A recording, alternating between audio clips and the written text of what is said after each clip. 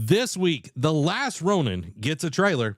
Microsoft will start curb stomping people, and the Xbox 360 store is dead. And so much more, because this is the Nerd Cave News, and I am your humble host, Zach Dykes. The fate of humanity hangs in the balance as an alien race threatens to take over. Their overlord, Zarnak, has issued a challenge that if anyone can defeat him in physical combat, he will stand down.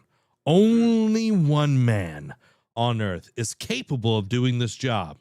In the climactic showdown, this powerful wrestler pinned down the Overlord with his signature move, the Cosmic Clash. He is no other than Max Steelheart, champion of the world.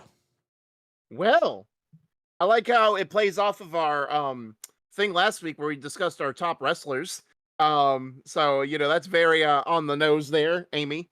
But that is, I say he will stand down if anyone defeats him. That's the kind of I do like that kind of thing where it's just like, oh, this is all I have to do, cool. But it's easier said than done.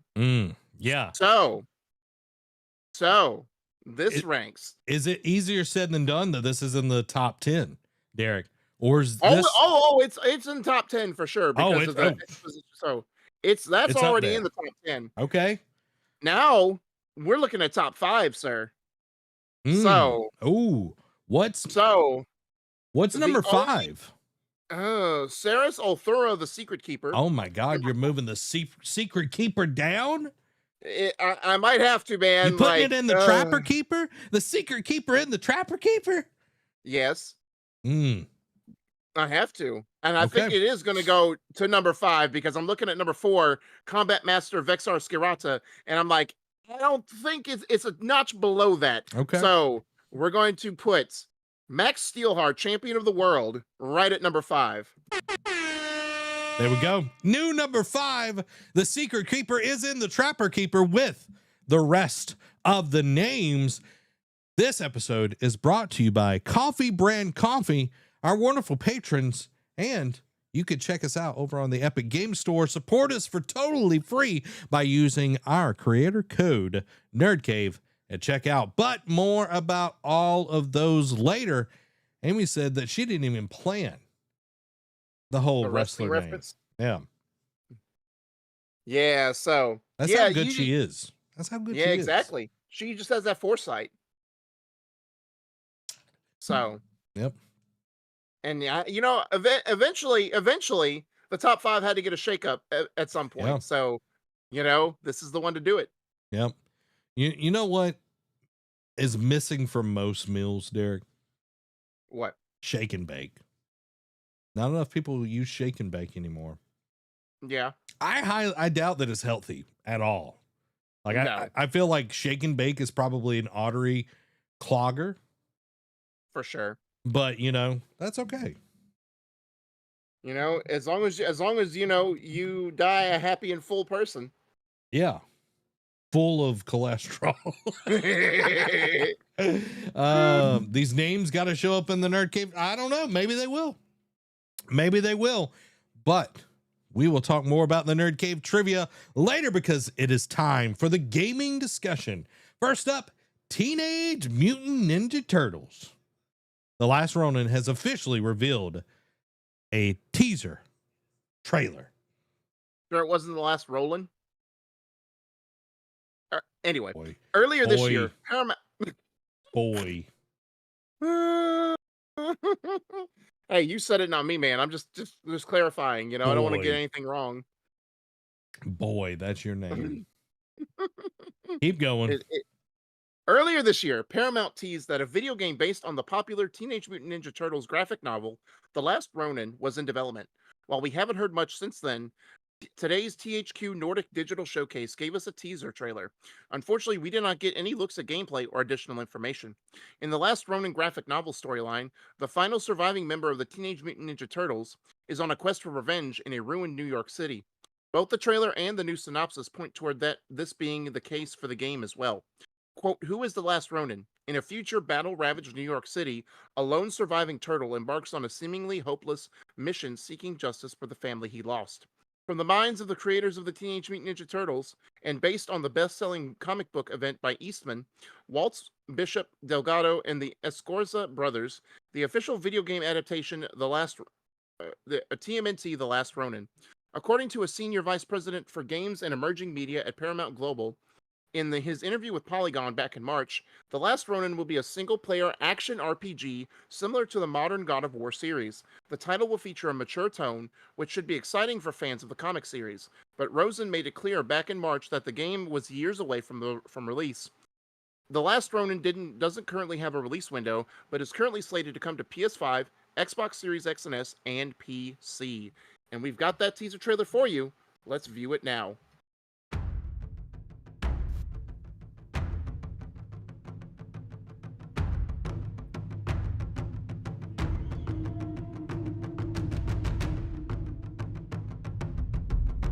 Four candles, four brothers. Yep. How can a turtle drown? How can a turtle drown? They didn't say he. Well, I'm about to say, good point. Never mind. I see what you're getting at now. These are all the different ways that they got, died. Yeah. Arrows, Ooh. fire, makes sense. Like the music. Mm-hmm.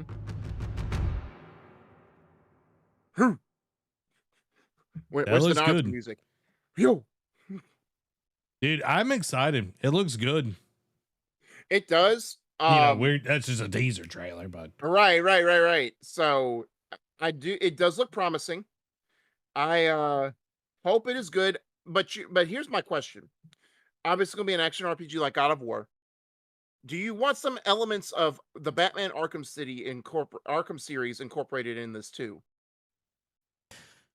I feel like if it goes too far into Arkham, it's going to be derivative. I think having something that is with more God of War, I don't know, Murdoch's like, I'm not going to like that. Because it's, of course, it's going to be the more modern God of War or whatever. But I think with this turtle, being the last one, using all the different weapons lends more to that kind of combat style and everything. But I do want, some detective stuff, not just like just the fighting. I do love the Arkham combat, and I think it would lend well to it. But if they're leaning, I'm assuming gameplay with this, instead of, I think it's more gameplay. It might be story, how they pace this thing out or whatever. But it looks good. I know Murdoch's saying I need some gameplay. Nate says I'm excited for it too, and also agrees he needs some gameplay. I was surprised to actually even see a trailer, but with TMNT doing so well right now, really getting a big boost in market share and everything with the new movie, Nickelodeon really pushing them. And it seems like every time I go on YouTube, there's like a different video for a different game collab that they're doing. Like they're in Street Fighter. Yeah. I think they're showing up in PUBG, Minecraft. It's just like they're doing all these collab. No, Street Fighter's going to PUBG, excuse me. But yeah, they're doing all these like different game collabs, and it's like, man, they really trying to push this, like make TMNT a major thing again. Yeah, and like I feel like TMNT kind of got the rough end of the stick for a while, where they were getting, not a lot of push. They would get shows that would last only like a season or two, and people would just kind of like, okay, whatever. They're not on the same level as like Superman or Batman in the comic book world. They're more kind of silly or whatever. And I think, going with this direction with The Last Ronin, something that's more serious, more, it's gritty. just, gritty and all of that. I think it lends itself to like a God of War type game. Will it be the God of War killer though? That's kind of the title of the episode. Yeah. Do you think this is going to be able to, rival God of War? Can it at least be spoken in the same sentence, it has that potential. But I'm gonna be honest with you, man. Come on, let's be fair. No one's gonna be able to do it like Santa Monica. Corey Barlog, he knows what he's doing. Let's be fair. They're not going to even be able to sniff it on a narrative level. Like, you know what I mean? Like, there'll be Yeah. fans of the series. I'm not saying it's like a bad story from what I've seen, like bits and pieces of it, by no means. But I'm just saying it's like when you make it a cohesive thing between the story and the gameplay, it'll be. I think it has the potential to be in the same, talked about in the same conversation. But I don't think it'll even sniff it for being like the God of War killer. Yeah, I agree. I think it will be. I think with THQ Nordic, there are a lot of developers under that brand. Yeah. I don't know who's making it though. That is my question is like, which one of them is actually developing it? And like, I know it's THQ Nordic, Right. but can they bring the goods? Because I highly doubt this is going to be on the scale of God of War. Because it definitely won't have the budget. Yeah, when you look at God of War, well, let's just say 2018. Okay, not Ragnarok. 2018 was huge. Yep. So many times, so many places to go, see, explore, go back again when you get new powers, all of these things. And I feel like this will be a little bit more linear structured than a very huge open world. And I agree with that as well. And I think that's fine. I think this game, let its gameplay and its story drive. Let that drive. Kind of like Sifu. The gameplay and the story drove that whole thing, and it was enjoyable from first frame to the last frame. And I think with this, it's like if you get so bogged down to be the God of War of TMNT or whatever, you are going to kind of miss the mark if that is what you're going after, because you're chasing a giant. All right. Right. You're chasing a giant. For real. And I see Murdoch over here. Zach is rough on TMNT though. I know people like, because I didn't like enjoy Shredder's Revenge or whatever. Thought it was a great game. I just don't like that style. TMNT, I think this story in particular can be really good. I am excited about it. I want to see more, but I know we're probably 2025. I feel like this is a little early to even see this, to be honest. But hey, we're here. THQ got to make that all the investment money they spent back. Yeah. Amy said, crazy how stuff from when we were kids is coming back around. Clothes, music. Yep. Cargo pants, Derek. You got your cargo pants? I mean, I can't wear cargo pants anymore because work doesn't allow it. Like full pants? You can't wear cargo pants? You can't have extra have pockets on the size. Oh my God, Derek, how are you going to live? I know you love it. I know I've had to, whittle it down to the bare essentials. It's okay. Man, I've adapted. Jinko jeans, exactly. I remember I said this to Amy the other day. I remember being in a Jinko jeans store. You know what Jinko jeans is, right, Derek? Vaguely. The big parachute pants. There were jeans. Yeah. I remember being in Jinko jeans, and here my brother was buying a pair of Jinko jeans. These things were flipping expensive back in the day. They're like $80 for a pair of jeans. And this is the 90s, bro. Right, exactly. That's Jinko jeans. And Cher's Do You Believe in Love After Love was playing in the store. I remember that very vividly. Yeah. That core memory unlocked. Amy said no one but a mountain hiker used all those pockets. Well, Derek is an urban hiker. I don't know if y'all know this. Derek is known for his urban hiking. He's got calves of steel. When we went to Pizzicon, man, I had to keep telling him to slow down. Those like his urban hiking skills far above and beyond anyone that I could ever like think. Like if someone said, Zach, who is the best urban hiker you know? I'd be like, Derek Daniel. Derek Daniel. He's the best urban hiker. That's always been my crux. Is like I always walk ahead of the party, and it's like everyone's like, "Come back, slow down." I'm like, "I'm sorry." Yeah. This is that urban hiking training, man. He's like a wolf. A wolf in cargo shorts. Derek likes his cargo shorts. I don't know if y'all know that. Well, just with at least an extra pocket on the side to put my phone in. An extra pocket, and so the chafing goes down. That's all he cares about. That too. All he cares about. I've never heard the term urban hiker. We starting new trends here at the Nerd Cave. Let's move on. Murdoch says, I like cargo pants. Can't Stand stuff in my pockets. Well, then why would you get more pockets if you can't? Like, that would be like if you don't want to drown, sticking your head in water. It's like, I hate stuff in my pockets. You know what I'm gonna get? More pockets. I think he probably means overstuffing his pocket. Oh, okay. So Derek knows, apparently.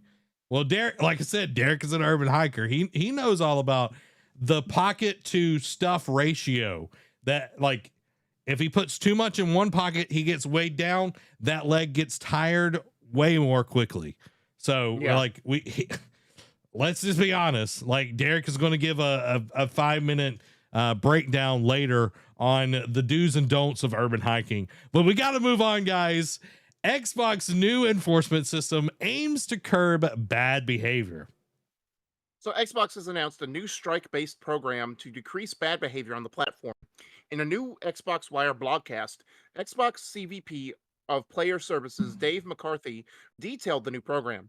Players found violating Xbox's community standards will receive a strike, which will stay on your record for 6 months before it is removed. The severity of the violation determines the number of strikes and the lengths of the punishment as shown in the illustration below. If a player receives 8 total strikes, their account will be suspended from using Xbox's social features like party chat and online multiplayer for 1 year. Woof. However, single player experiences will remain unaffected, and no purchase content will be stripped from suspended players. In an effort to provide transparency and educate players on what bad behavior is deemed inappropriate, Microsoft will show players their enforcement history, which lets them see how many current strikes they have, in addition to any active, completed, or expired suspensions issued. Quote, we are constantly improving our safety measures and bringing more systems and tools in place that empower players to respectfully interact with one another. Because everyone deserves a place to comfortably be themselves online, free from harassment and bullying, McCarthy explained. So this almost seems like a point system for attendance at work. It's like, oh, if you miss so many in a 6-month period, we're going to have to suspend you or fire you. Depends on the severity. Yeah, it's kind of strange. Like, if they would have stepped to the place where it's like, oh, we're going to start stripping the things that you purchased, that would have been an issue. But they clearly, like, that would have been ridiculous. For sure. I feel like, to Murdoch's point, I think they've already had some system in place for bans and, you know, that sort of deal. I know Call of Duty does. Yeah, and I know, like, Xbox back in the day, people would talk crap, you'd go report them, and they weren't always great about actually doing anything about it. But I think this is because more people are playing online than ever. Yep. And this is, you know, if more people are playing online, you're going to have bad actors. And if you have bad actors, you have to have a way to, you know, track that and be able to say, hey, you know, we're getting reports. I'm the only thing that I'm cautious about this is if people dogpile somebody, and that's an easy thing to do at this point in time, is just, you know, hey, go report this person, and a bunch of people go report them, and then they get banned for no reason. So hopefully they'll do their due diligence and, you know, see if that it's actually worth anything. Right. So we'll see. Like, and I mean, this can also go the other way too, because people like to troll and just like, oh, you said something that's borderline offensive, but not fully offensive. We're going to report you. And then it's like, okay, that really wasn't as bad as some other things people say, but I don't know. It's ticky tack, but I think a 1-year suspension is harsh. I think I think, yes, I get it in a 6 month period. That's fair, but I think you should, if you get so many violations in a 6 month period, you should be suspended for 6 months. And if it happens again, then you up it to a year.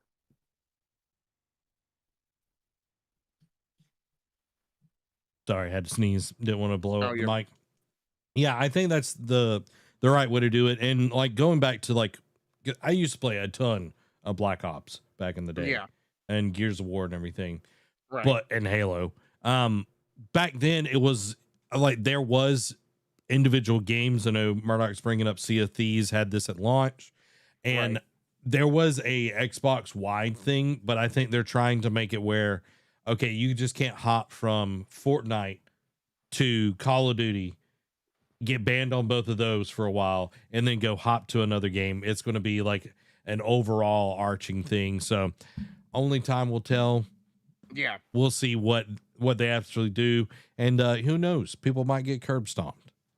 My favorite thing in Gears of War actually was curb stomping. Yep, for sure. Yep. The same here. That and that chainsaw man. And that sawed off. Yep. And 3. Oh, Ooh, yes. baby. That sawed off in 3. I used to be a menace, y'all. Y'all don't even know. Y'all don't even know. I know. I watched him. I would watch him play at his apartment. I would we'd have LAN parties at my apartment, and I'd hunt people down.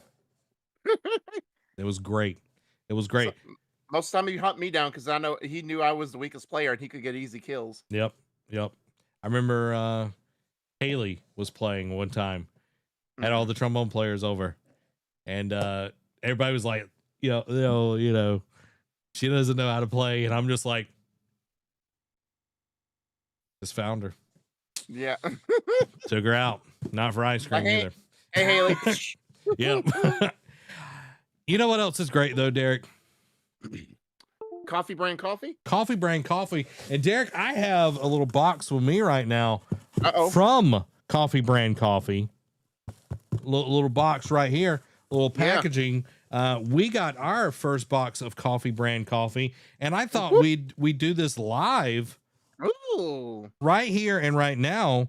In the packaging, nice little thank you. Awesome. With another 10% off discount right here. That's pretty dope. Yeah. You get a nice little sticker, Coffee brand sticker, for the people that like them stickers. Yeah. And then inside, Derek, we get our Amy got a tea and she got a coffee. She got the organic masala chai tea. Masala chai. Oh, okay. And look at this packaging. Look how sleek this bad boy is.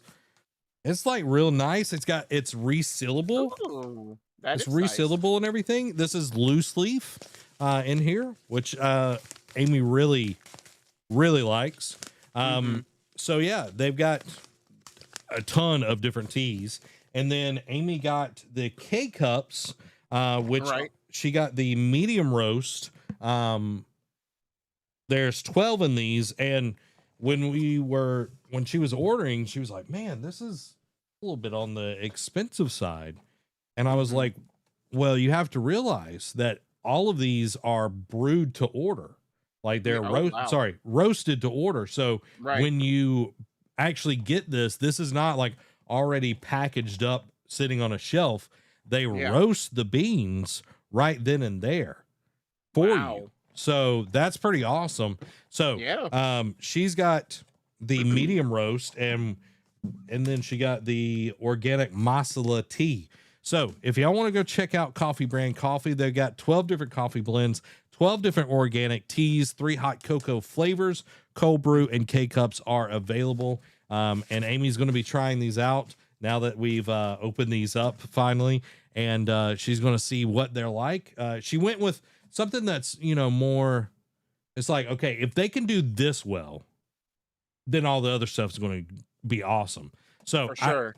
I'm excited for this. We're gonna shoot some B-roll with these bad boys. And it's gonna be like these are gonna be some spicy mid rolls coming up soon. You're gonna get like some B-roll and all that good stuff. But Elevate your coffee experience with Coffee Brand Coffee. You can also get teas.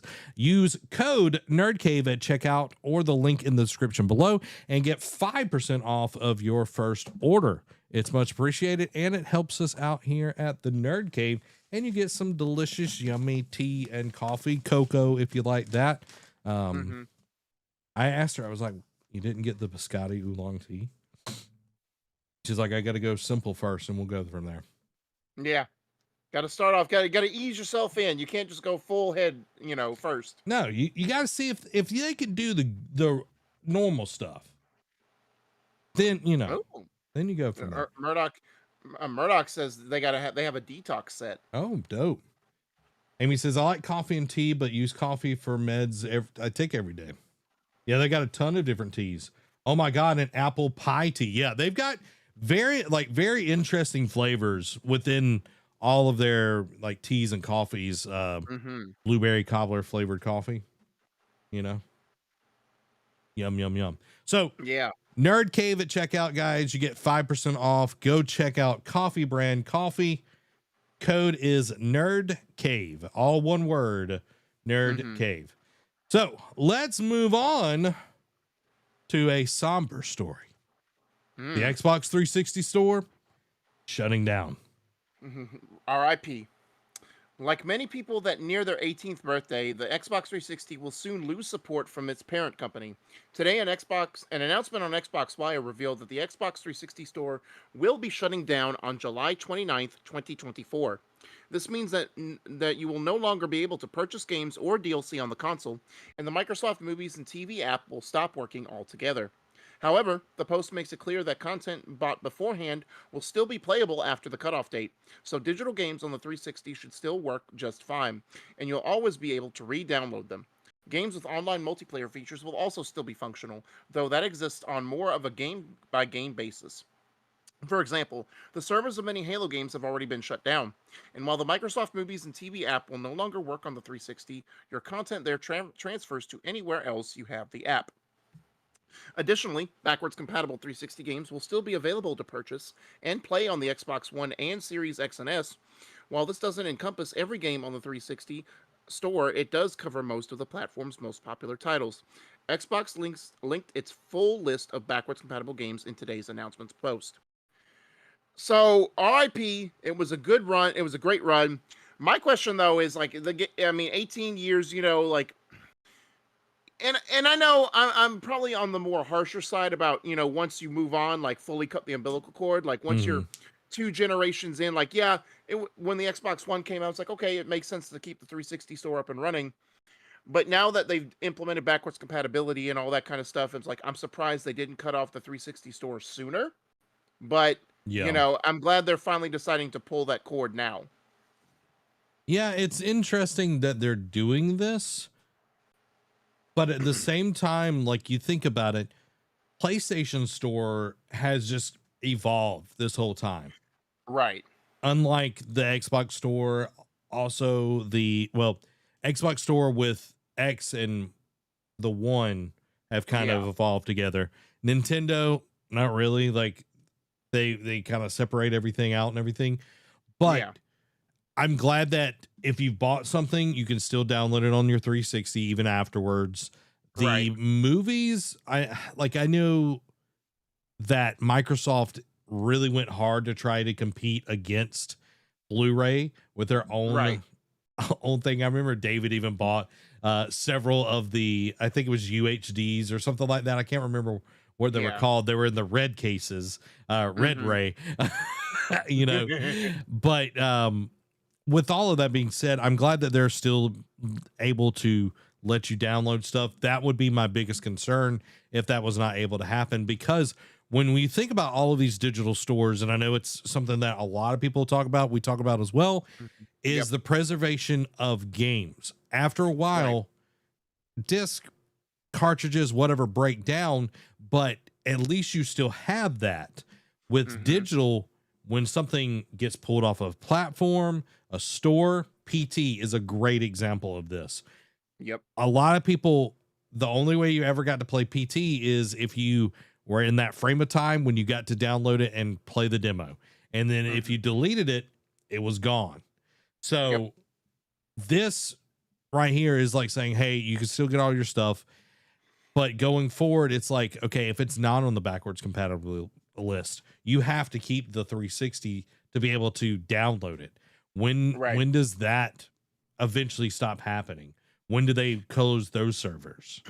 Right. And you know, and at least they're giving you like pretty much almost a full year before it happens, right? Because it's not going to happen until end of July next year.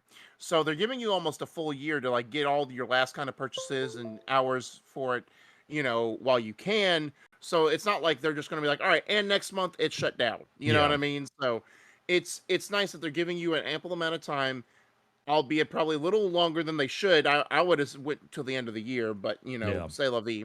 Um, but it is nice. Um, and like you said, game preservation is especially every year is becoming more of a hotter topic, and people want to discuss it. Like I know we, I know you, we both still have physical discs, but we pretty much gone all digital. Yep. And now I'm not saying this is the wrong mindset to have, but I'm on the side of like old games old, like you know, Titanfall 1 servers, you know, like especially to push Titanfall 2. Titanfall 1 servers are eventually going to shut down. Like, yeah, you could probably say Titanfall 1 gameplay is better than Titanfall 2 gameplay for Hmm. when it comes to multiplayer, but eventually they have to pay for those servers to stay on. And if only like a handful of people are still playing it, it's like why are they dumping money and burning cash for the sake of a few people? Yeah, exactly. Um, I had a thought and it just passed me I'm like sorry. a ship in the night. But that's Yeah. okay. That's okay. So there you go. This was it. Do you think there will be a rally like the PlayStation 3 and PS Vita stores? Or do you think this is just it's just gonna go out with a whimper? I think it'll go out with a whimper just because, okay, for two reasons.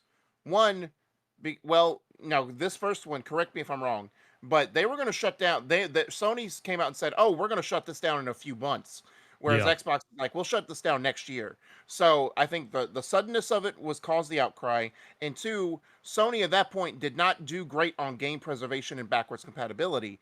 Yeah. Xbox is giving you ample time. You know, they're giving you pretty much another year before they shut it down to get your fun in, get your games, get what you want, get the DLC that you've been slacking on buying.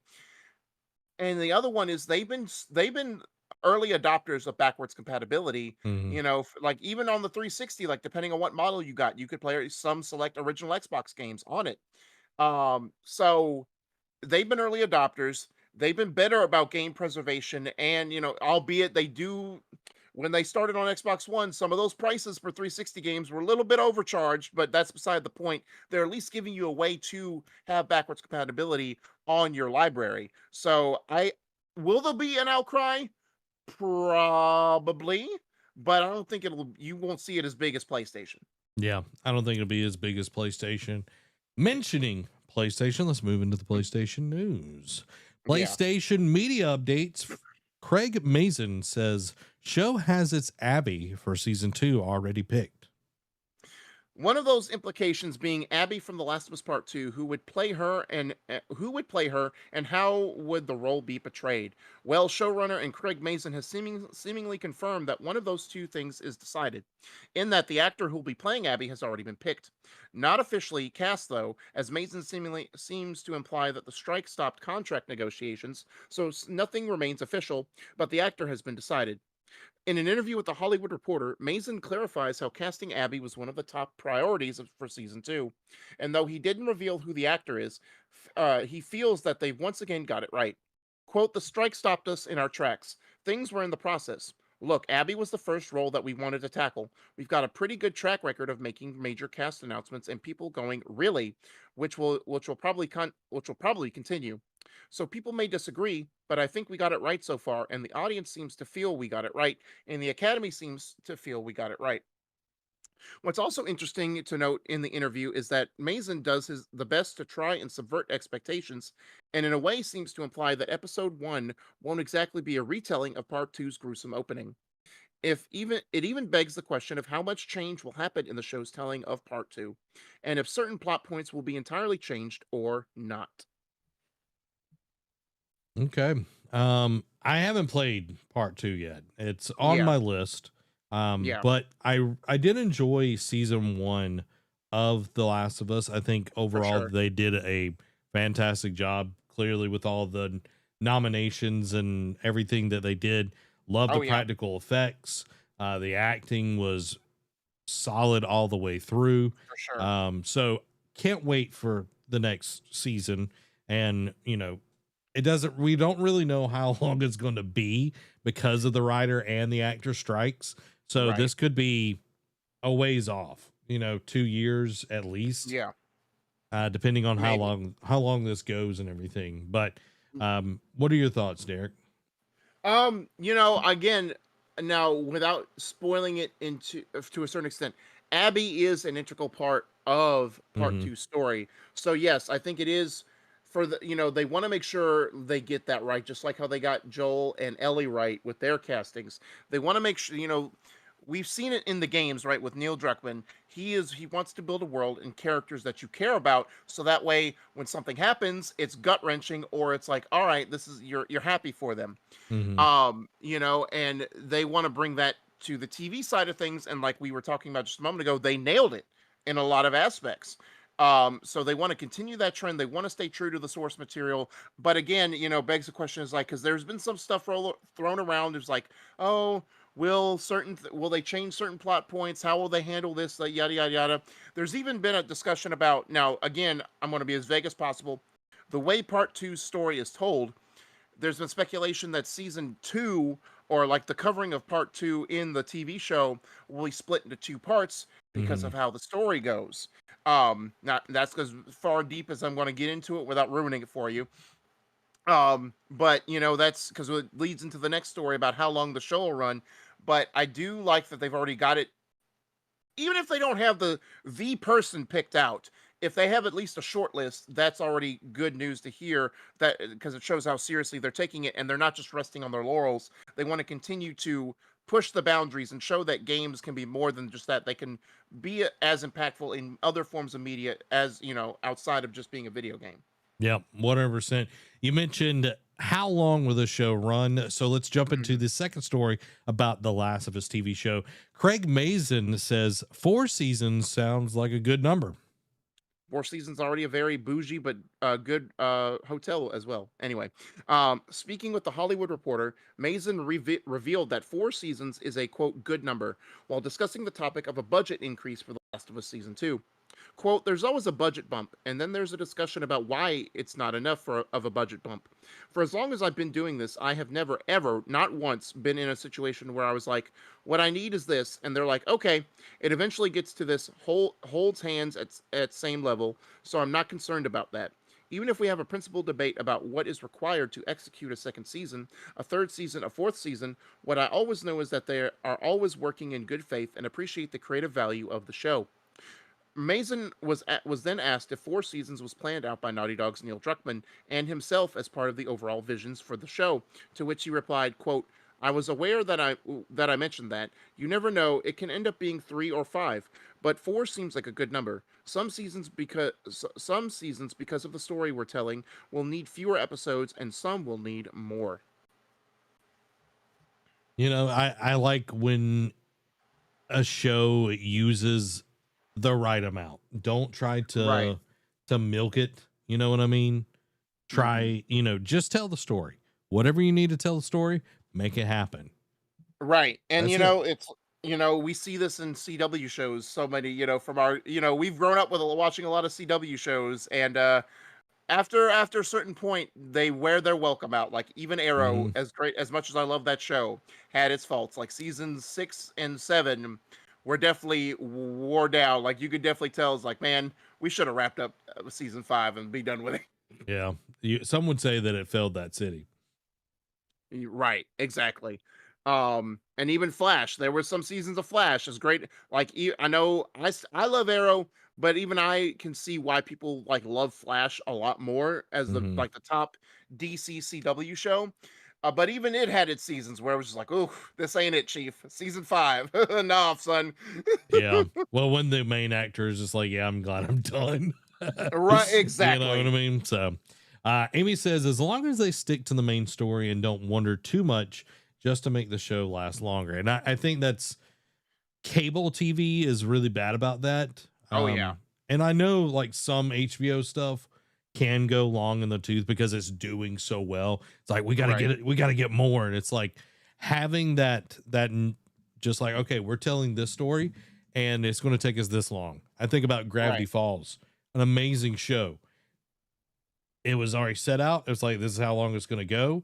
And when Disney was like, hey, we want more, the creator of the show was like, nope, that's it. That's all that is. And I think just being able to say, okay, this is the end of the road for the show and, you know, be done with it. And if they do make a third game, which I know there's a lot of speculations and rumors and all of that, then it's like, okay, we can come back to this when that happens. Right. It's just like, you know, in anime, you know, we talk about this with anime too. Like, yes, you have the Narutos and the One Piece that are like over 7 to 5 to 1,000 episodes long, and you know they can still tell a great story within those. But you know, there are some anime, like there's one called Plunderer that's 24 episodes long, but it's a great impactful like storytelling show. You know, the manga didn't go super long, but it still told a great story and got the point across. And I bring it all, I circle this back around to The Last of Us. Like, don't overstay your welcome. As long as the story is impactful and you got people hooked, don't fall into the money trap of like, oh, we got to produce more because people want to watch it. No, tell your story and move on. Like, again, going back to CW, like Supernatural, first 5 seasons, phenomenal, like phenomenally good storytelling. And like the executive producer Eric Kripke had only signed up for 5 seasons, and CW's like, we want more. And he's like, y'all can do this, but I'm not going to put my name on it because I want to go do other stuff. So tell your story and move on. Yep, exactly. Let's move to our next story then. Charles Roven reveals Uncharted movie sequel is still on the cards. Speaking during an interview with The Hollywood Reporter, Atlas Productions' Charles Roven has revealed that there are still plans to produce a sequel to the Uncharted movie. For those unaware, Atlas was one of the key production companies involved in Uncharted alongside Columbia Pictures and PlayStation Productions. When asked if there was any desire to produce a new Uncharted movie given the success of the first, he replied, quote, "Oh yeah, we had a really good time with the movie. The fans really liked the movie, and people who didn't know anything about the game really liked the movie. So we are definitely looking to make another one of those." I have not seen the Uncharted movie. I don't remember if you said you have or not. I feel like because of the critical, like, yeah, you can say what you want to about the casting. Like, I heard, like, especially of like Sully with Marky Mark, but I feel like Tom Holland was a good young Drake to play for this. And like the reviews the initial reviews I read seemed like there was enough goodwill in there to warrant a sequel. I just hope that they take their time and don't rush it out by like, because when it came out last year, correct? 2022, yeah. Yeah, February so 18th. Yep. Don't rush it and be like, oh, we have to get one out every 2 years, like Avatar or whatever. It's like, no, don't do that. Just give it some time. Just state, like, what would be great is if they have another Uncharted project in the works. Then, then like, oh, and we're going to do another movie, by the way, since we're doing Uncharted stuff. Yeah, like the budget for this movie was 120 mil.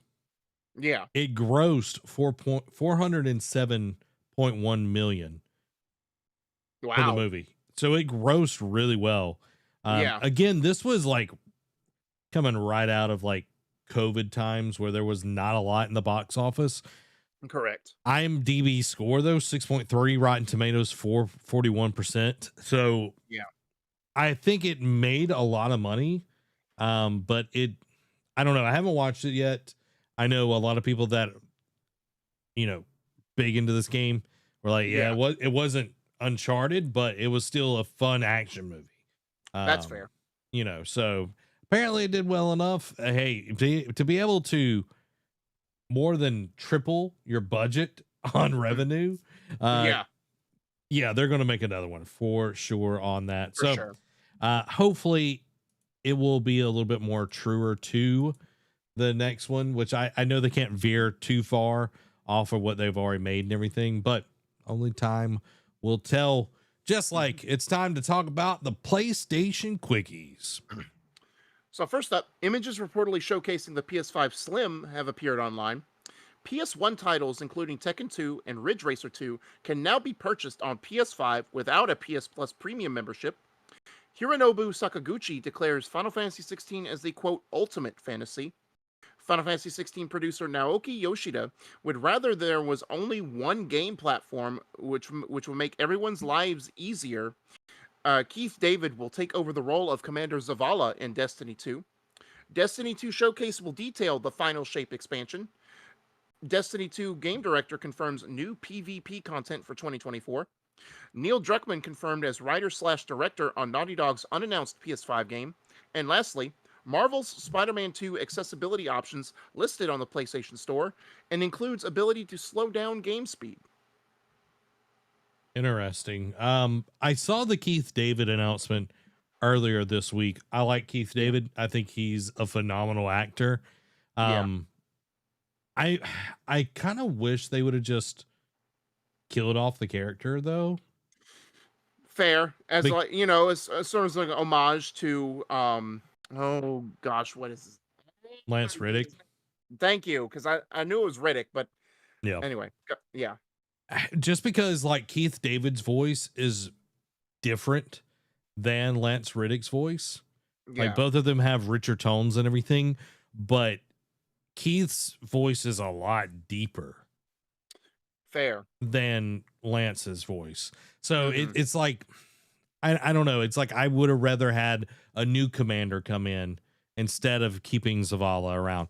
I don't play Destiny 2. I know that he's been around. I've played Destiny since it came out and everything, but I don't currently play it. I just feel like having somebody replace his voice, that iconic voice, it's not the same as like Dinklebot, going to Nolan North or anything, but I feel like it's not irreverent. I'm not saying that they're doing something bad. It just doesn't feel like this was necessarily the complete right choice. What do you think, Derek? For sure. I mean, I haven't really listened to a lot of his projects, but I do agree, like, they should have just like done like a Doctor Who and like killed off Zavala and like resurrected like another person in that character in that world as like that character class, because all three of them are like the leaders of those main three classes in Destiny. So I feel like you could just resurrected him and introduce him as a new character, like wrote him off as like, oh, he died in the last expansion like fighting the war or whatnot. So I think it's just an homage to Lance Reddick. But I get, once you invest in a character for how long now, if Destiny, I know we're on Destiny 2. If Destiny had just come out, I could see them doing that. But because the character's been around for so long, I think they would feel like it'd be a disservice to the fans. I'm not defending the decision, but I'm also trying to see why they wouldn't do that way either. Yeah, I feel like they also have been kind of a little pigeonholed with this because they did kill Cade off. Yeah, good point. A few expansions ago, they brought him back now. But it's right, I'm about to say now it's irrelevant. So it's like, okay, like they can come back or whatever. It's like, okay, like, so I hope Keith does an awesome job. I know we will. Like, I love him as the Arbiter. Like, I think he's an amazing as the Arbiter, and the various things that I've, listened to his voice over the years, as he's always very chill dude. So it was just an interesting choice, but I love it. You know what else I love, Derek? Our patrons. I'll say our patrons. I love our patrons because they help support the show each and every week. They go over there to patreon.com/nerdcave and they have supported us. They picked a tier that fit them the best. And this helps us be able to make awesome content, be able to show up each and every week. Derek put together all this cool stuff and be able to do bigger videos, that are one-offs, or doing stuff that is different. So if you want to help us, if you want to support us, you want more awesome Nerd Cave content, you can go over to patreon.com/nerdcave, support us there. That is the best way to support us because we get majority of that money compared to anywhere else. You go buy Coffee Brain coffee, that's awesome.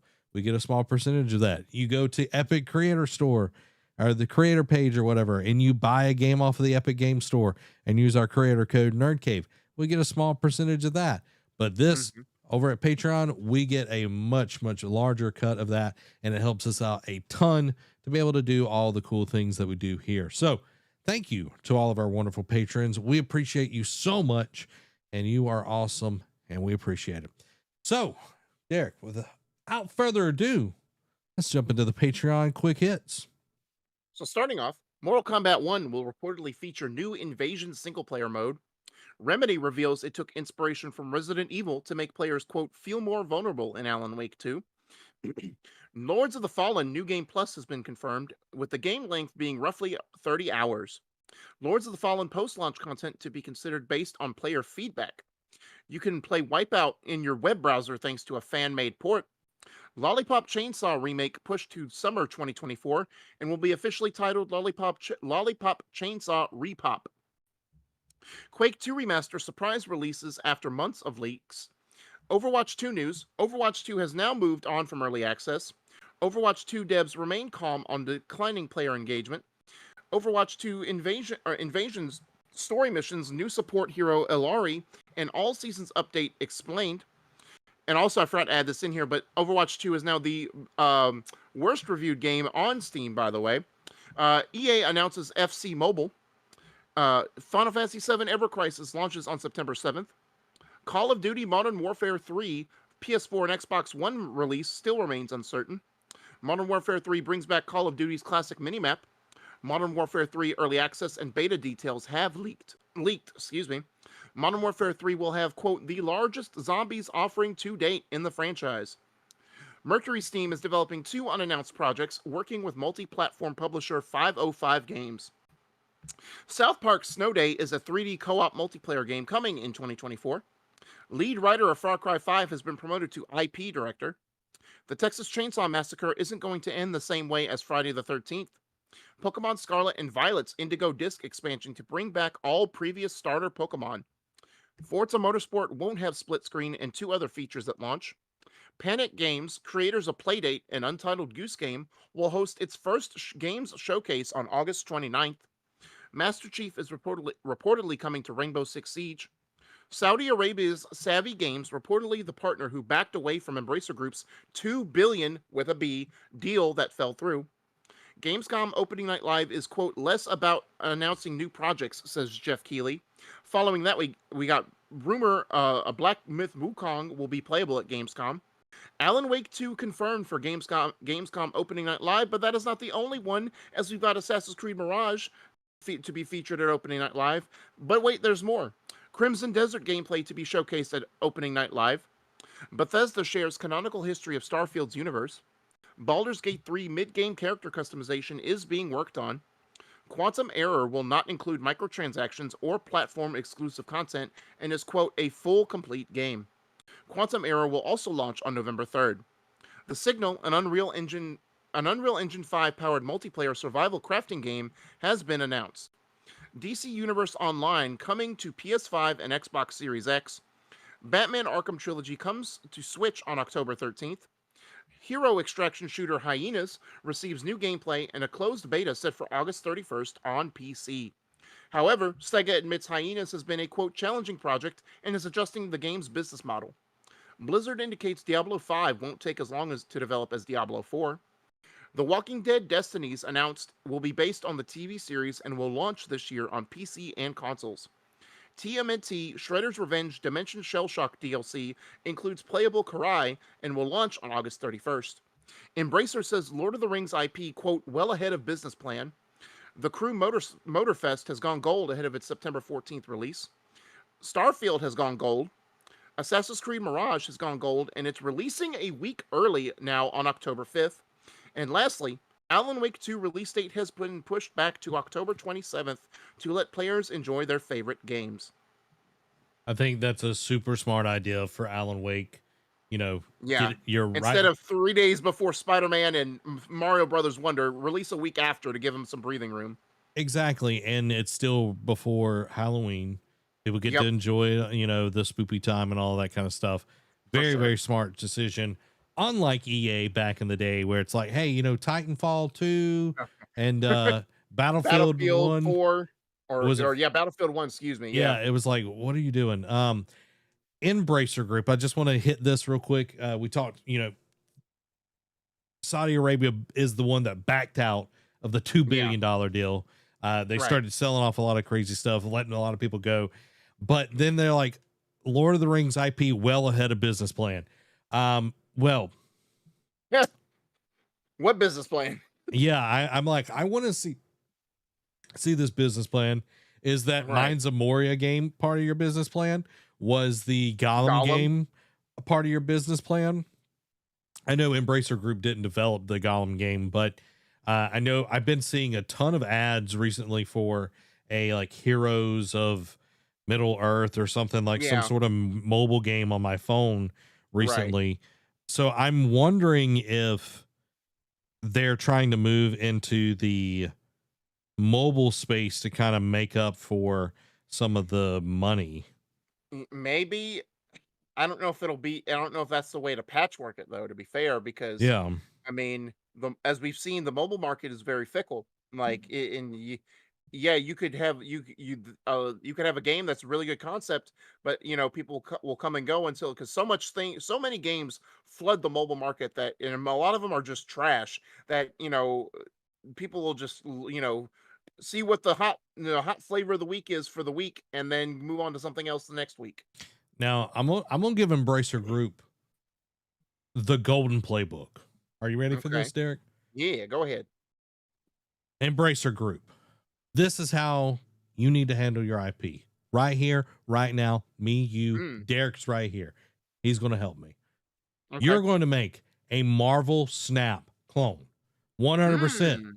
Make it just like that and make it awesome. Don't half butt this. Make it amazing. Okay. Yeah. Put all the different characters. Give me some Tom Bombadil. Give me some ints. Give me some different orcs. White Hannah Saruman, all that good stuff. Get Balrog. Yeah, Balrog. All of these things. Do stuff from the Silmarillion. Get it all in there. And you make people care about characters that they've never heard about. Okay? Yeah. That is how you get the mobile market, is with a Marvel Snap Lord of the Rings. 2, you are going to remake the Two Towers and Return of the King video games. Yes, let's go. That's all you got to do. And you're going to win everybody. And it's going to be amazing. And people are going to love it. And then this is what you do to just chef's kiss. You're going to spend a ton of money. And you are going to make the Lord of the Rings, but God of War. And it's going to be amazing. Yes! That is what you do. And if you do that, Embracer Group, you will print money and then you will use it as toilet paper. That is what you'll be able to do if you follow this simple plan that I have literally just given you right now. Yeah. Don't make Mines of Moria. No one wants to play that crap. Don't put out stuff like Gollum. Put out good games that people are clamoring for. Do a Battlefield with all of this, like what we had back in the day. Do something like that where people can have big battles. That would be amazing. Yeah. Man, that gets me excited. I know they probably won't do it, but that's exciting to think about. Exactly, dude. If only. Embracer Group, there it is. You can send me 10% of the profits.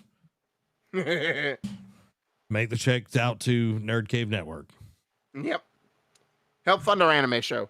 Yep. Guys, there you go. That is the Nerd Cave News for this week. We hope that you enjoyed it. Let us know what your favorite was. I'm going to hit Murdoch's comment real quick. It says Quake 2 looks fun. Nostalgia. I never got into Quake. Me either. Never got into Quake, but it always looked fun. All the movements and all of that. But hey, it seemed like it was Overwatch before Overwatch. True. But hey, it can fill the void where Overwatch is leaving right now. Everybody's leaving Overwatch. Can go over and play some Quake 2. Guys, thank you so much for watching. This has been Zach. And Max Steelheart, champion of the world. Have a blessed week. Bye.